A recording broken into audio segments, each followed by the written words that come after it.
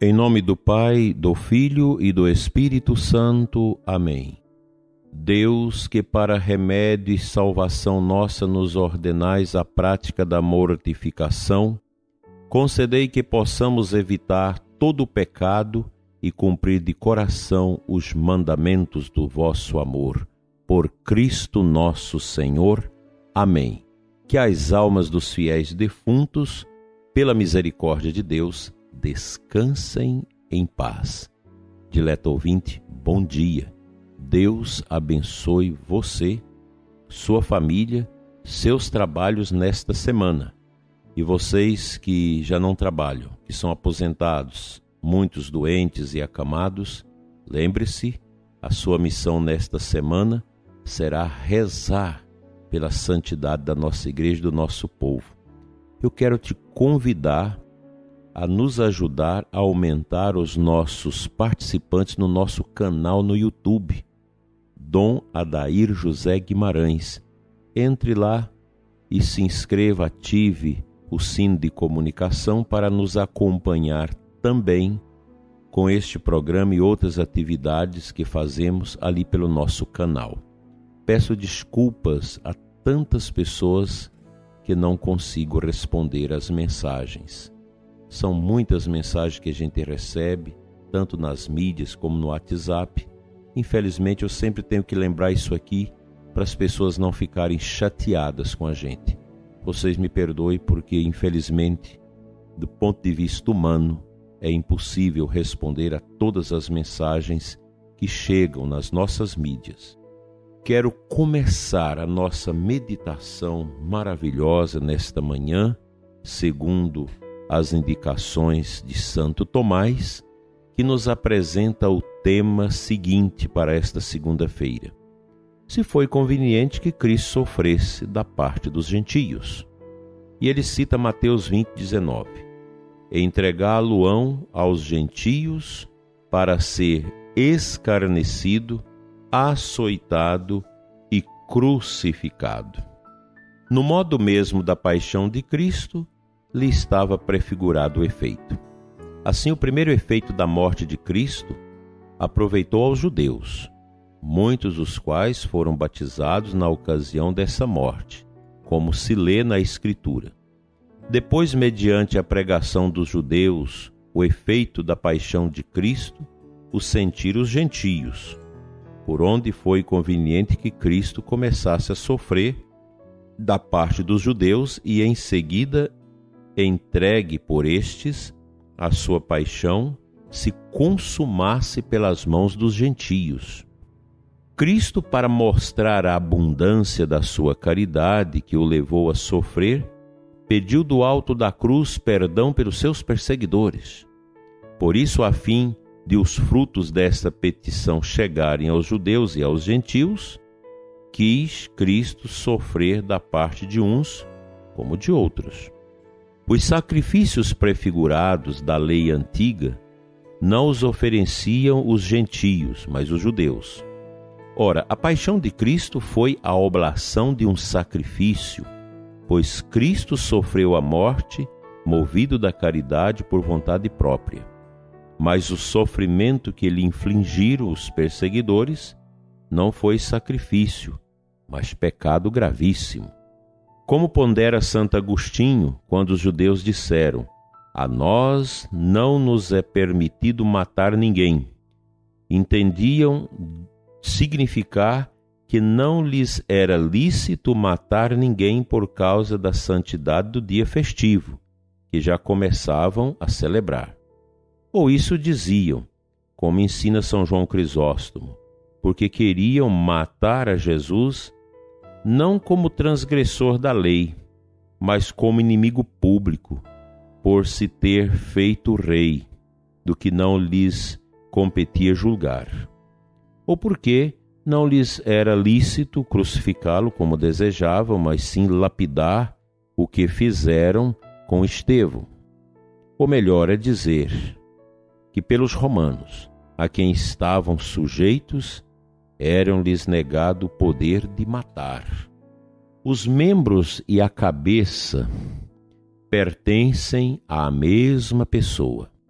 Assim, uma vez que Cristo foi nossa cabeça pela divindade e plenitude de graça, que redunda para os outros, e que nós somos os seus membros, seu mérito não nos é estranho, mas redunda em nós pela unidade do corpo místico. Deve-se saber que, apesar de Cristo ter, por sua morte, merecido suficientemente por todo o gênero humano, cada um deve procurar o remédio para a sua salvação.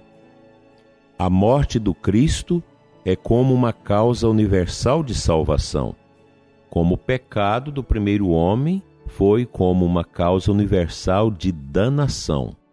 Ora, é preciso que a causa universal seja aplicada a cada um, especialmente para que participe do efeito da causa universal.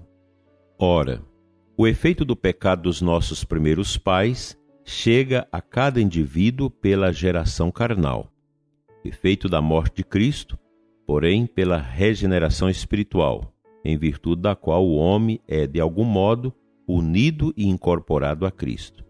E por isso, convém que cada um seja regenerado por Cristo e que receba tudo porque opera a virtude da morte de Cristo. Assim, dileto e amado ouvinte, nós vamos crescendo nesta abençoada meditação de Santo Tomás de Aquino, que nos ajuda a compreender a dimensão profunda desta entrega de nosso Senhor em sacrifício por nós. Cristo morre pelos judeus, mas também os gentios, os não-judeus do mundo todo, foram beneficiados pelo seu sacrifício, porque a desordem causada pelo pecado original não estava somente no povo eleito de Deus, mas em todos os povos. Toda pessoa humana que nasce traz consigo essa carga de condenação, de desobediência, de degeneração causada pelo pecado original. Daí o Senhor veio para salvar toda a humanidade. Ele veio para os judeus enquanto anúncio e pregação, mas veio para toda a humanidade, para os gentios, enquanto o efeito da sua paixão e do derramamento do seu sangue, que constituiu um ato vicário para toda a humanidade, para aqueles que já estavam mortos, para os que já haviam nascidos e por todos os que nasceriam depois da sua entrega total. Algo profundo que nós precisamos rezar mais para compreendê-lo.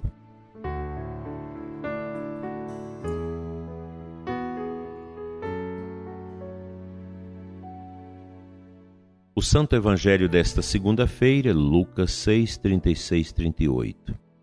Eu quero meditar com você a aclamação ao Evangelho que nos traz aquela palavra de João 6, 63. Senhor, tuas palavras são espírito, são vida, só tu tens palavra de vida eterna. Veja, a palavra de Jesus ela é um sacramento. Ela é um sinal forte de Deus. E a palavra de Jesus, ela tem sabor de eternidade. Nossas palavras humanas, elas são humanas.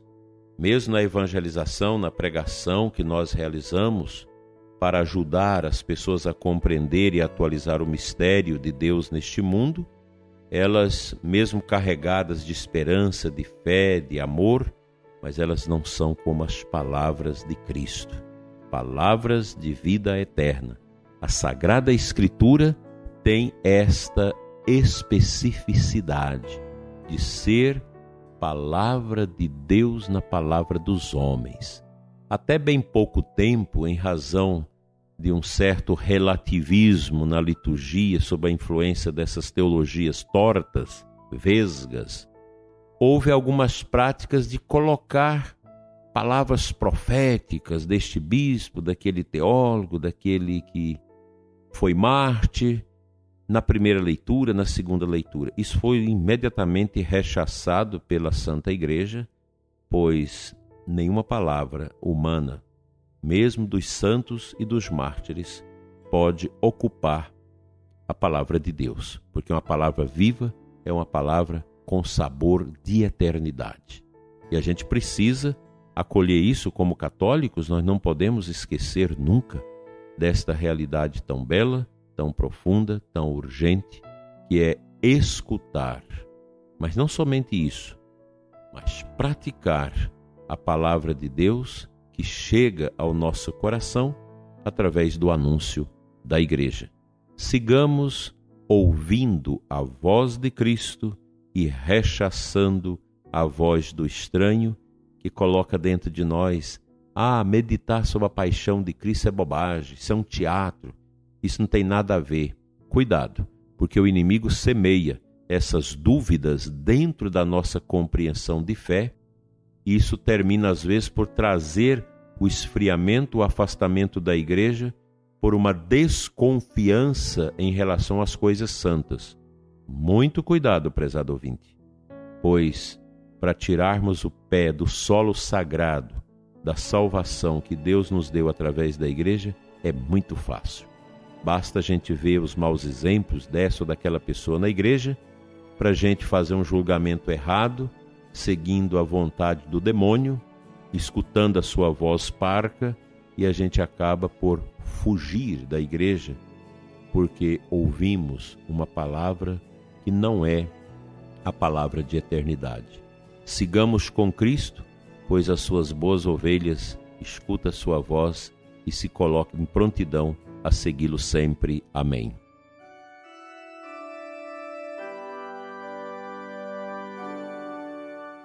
Senhor nosso Deus e Pai, Pai das misericórdias eternas, a quem sobe nosso louvor nesta manhã, nós te adoramos e te bendizemos, louvamos teu santo nome e te entregamos nossas vidas nesta manhã de segunda-feira.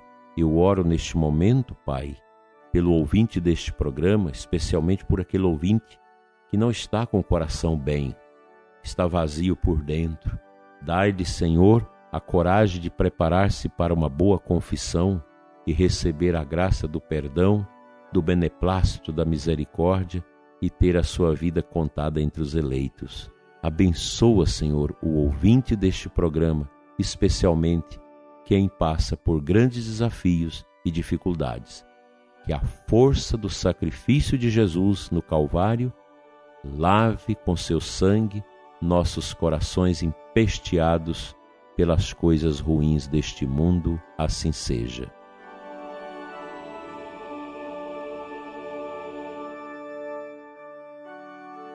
Pela intercessão de Nossa Senhora da Boa Morte, venha sobre ti, prezado ouvinte, a bênção de Deus Todo-Poderoso, Pai, Filho e Espírito Santo, assim seja. E que as almas dos nossos fiéis defuntos, pela bondade de Deus, mereçam o descanso eterno. Até amanhã, se Deus assim nos permitir.